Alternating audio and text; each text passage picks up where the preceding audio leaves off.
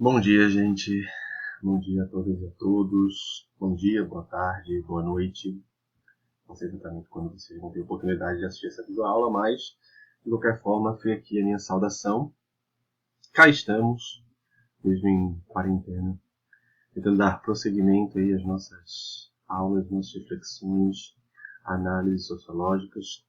Podem perceber que eu estou aqui no meu quarto, alguns dos livros, aqui tem um pôster. Aqui embaixo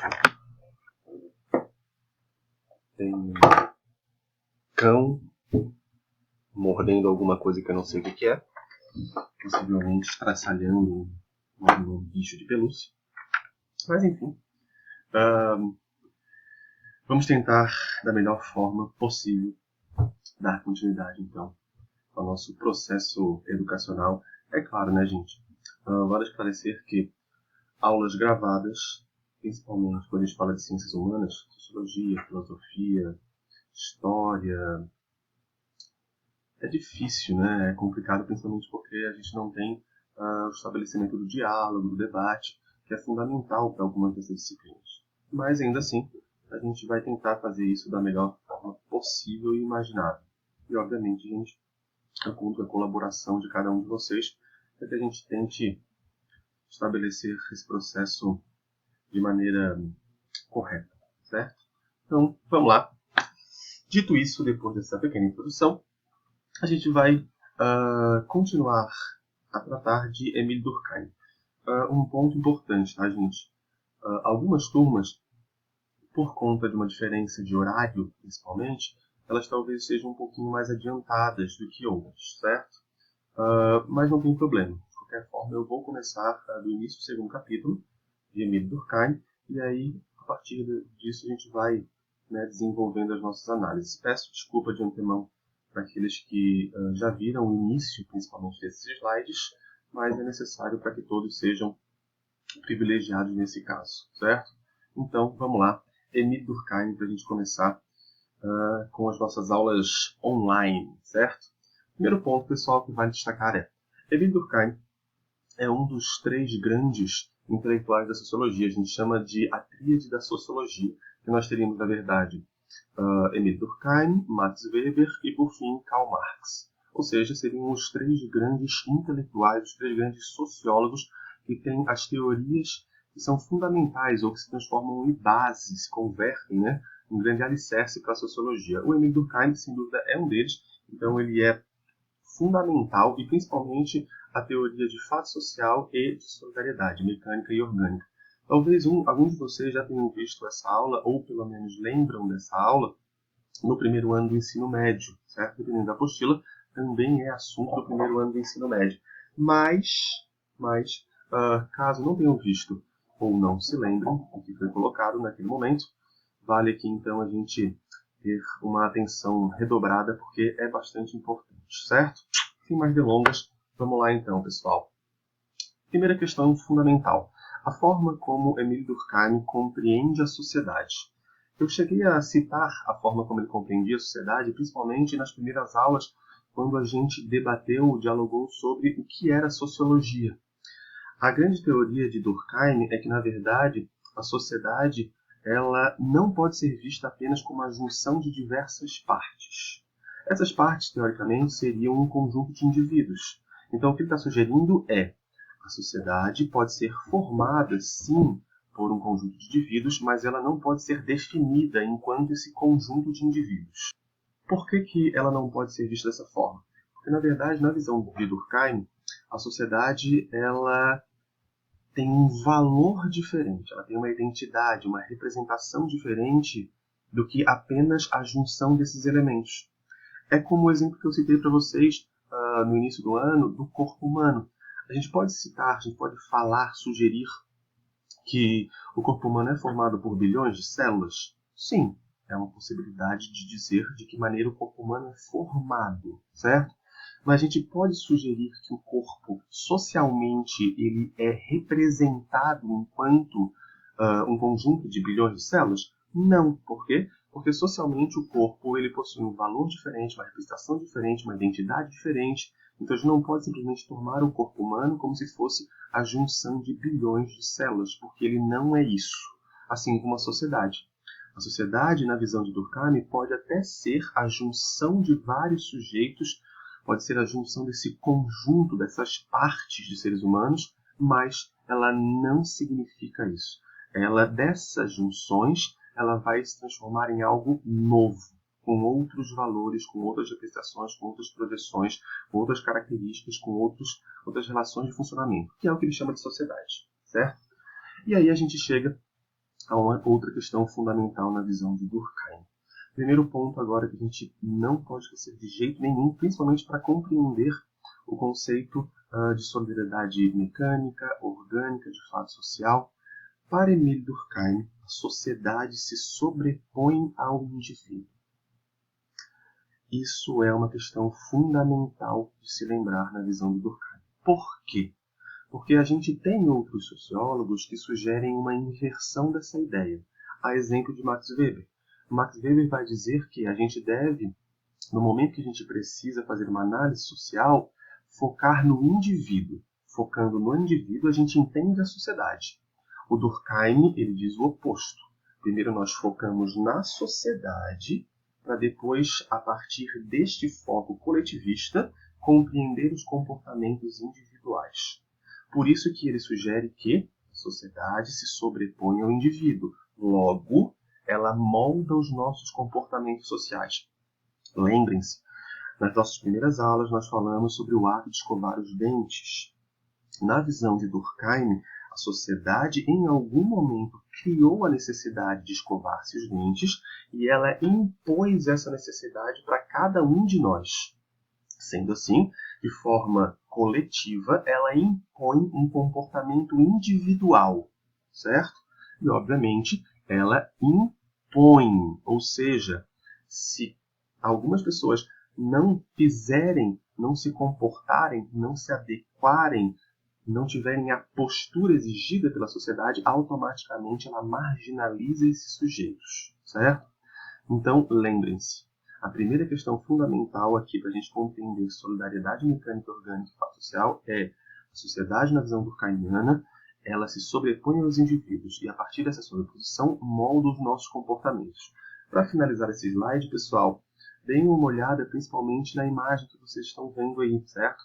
Que é um famoso quadro chamado Os Operários.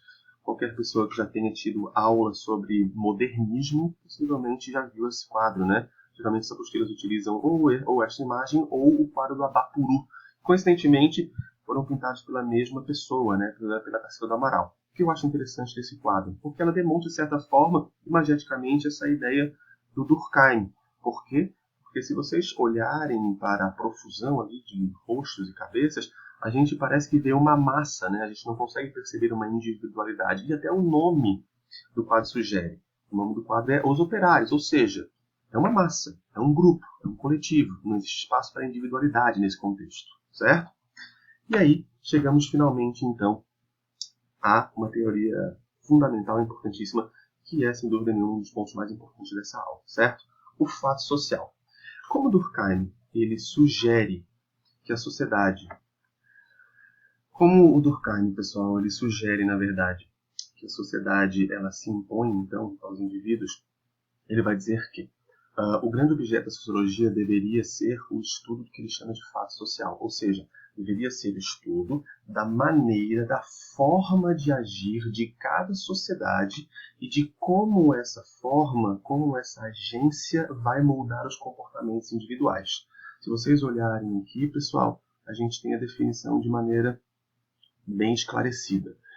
A definição então, de fato social seria toda maneira de agir de uma dada sociedade que molda todos os indivíduos que estão inseridos nela. Então isso seria o fato social, ou seja, seria o método pelo qual as sociedades iriam moldar os indivíduos que vivem, obviamente, nessa sociedade. Só que a gente tem algumas características para tentar perceber o que é e o que não é um fato social. A gente tem que tomar cuidado. Nem tudo na nossa sociedade é um fato social. Para ser um fato social, é necessário que ele tenha 3 características muito específicas. Ele precisa ser geral, aqui, gente. Ele precisa ser exterior e ele precisa ser coercitivo. Ser geral e ser exterior, eu imagino que vocês devem imaginar do que se trata. Talvez coercitividade seja um conceito que alguns não conheçam. Coercitivo ou coerção é quando eu utilizo de uma autoridade, de um poder hierárquico para impor a minha vontade, certo? Um exemplo bem clássico, pessoal, de coerção ou de instituição que utiliza-se da coerção é a própria escola, certo? Um professor, por exemplo, em sala de aula, quando ele tira um estudante da sala, ele está se utilizando de coerção, ou seja, ele está usando de um poder que a sociedade lhe deu, de uma autoridade social, para poder impor a sua vontade. No caso, retirar um estudante da sala de aula, certo? Então, o fato social precisa ter essas 3 características. Só que, obviamente, pessoal, a gente precisa entender, então, em exemplos, como funcionam esses fatos sociais, certo? E aqui a gente tem alguns deles. Tranquilamente, a forma mais simples de compreender um fato social é a partir do exemplo das leis. Por que o exemplo das leis? Leis são claramente fatos sociais e é muito perceptível as 3 características do fato social quando nós falamos de leis. A primeira característica precisa ser geral. Todas as leis, quando são colocadas em prática, elas têm a tendência de serem gerais, genéricas. Todos estão submetidos, teoricamente, às leis quando estas são criadas. Um exemplo, pessoal, a lei seca, certo? Quando a lei seca entrou em vigor, ela, obviamente, se transformou numa lei geral, ou seja, ela serve para todos, certo? Todos devem respeitar. Todos nós não podemos beber e, posteriormente, dirigir, certo? Então, a primeira característica já ficou bastante clara. A segunda característica, ela precisa ser externa. O que é a lei externa? É uma lei que não foi criada pelo grupo, geralmente, que deve segui-la, certo? Um exemplo clássico, novamente, é o exemplo da escola, certo? Vocês precisam seguir uma série de regras, uma série de parâmetros, uma série de leis que, particularmente, não foram vocês que criaram, certo? São leis externas a vocês. E, inclusive, isso seria um dos motivos pelos quais, em grande medida, os estudantes eles têm uma certa resistência a cumprir determinadas leis e regras na escola, principalmente porque eles não se enxergam na lei criada e que eles precisam cumprir, porque é uma espécie de imposição hierárquica de cima para baixo. Então, leis, regras em geral, são sim, sem dúvida nenhuma, externas, certo? E, por fim, a coercitividade. Sem dúvida nenhuma, pessoal, nós sabemos que quem não cumpre as leis vai ser punido. E essa punição é uma forma de coerção, ou seja, a gente vai ser punido por autoridades que vão utilizar-se dessa condição de poder hierárquico dentro de um espaço social para poder nos punir, certo? Então, fica aí o exemplo da lei como um exemplo bem claro, né, de fato social. E aqui a gente tem alguns outros exemplos. Dogmas religiosos, costumes e o próprio trabalho. Para a gente finalizar esse slide, pessoal, eu vou utilizar aqui a imagem para a gente fazer uma reflexão bem interessante. Eu imagino que quando vocês olharam para essa imagem, vocês não tiveram dificuldade de identificar o que se trata, certo? É um juiz, certo? Mas é interessante porque não tem nenhuma legenda, não tem nada que fala efetivamente, em termos verbais, né, que se trata de um juiz, certo? Mas por que a gente sabe que se trata de um juiz? Porque ele está de acordo com os fatos sociais. Ou seja, um juiz, quando ele tem que legislar, ou seja, quando ele tem que fazer os juízos, certo? Ele vai ter que colocar uma roupa específica, que nós chamamos de toga, certo? Então, quando o juiz ele coloca uma toga, ele está fazendo aquilo que a sociedade impõe que ele faça, certo? Isso é um fato social, sem dúvida nenhuma, gente. Imaginem que a gente vai assistir um julgamento de um tribunal, de um caso importantíssimo, e o juiz chega de havaiana, regata, certo? Um Oakley Juliette espelhado para fazer o juízo. Obviamente, a gente vai achar aquilo muito estranho. Por quê? Porque ele não vai estar se adequando aos fatos sociais. Ele precisa utilizar a toga, porque a toga é uma lei geral para os juízes, ela é externa e ela é coercitiva, certo? Se ele não utilizar, ele vai ser marginalizado, certo? É isso a princípio, gente. Nas próximas aulas a gente continua falando de Durkheim. Um beijo a todos.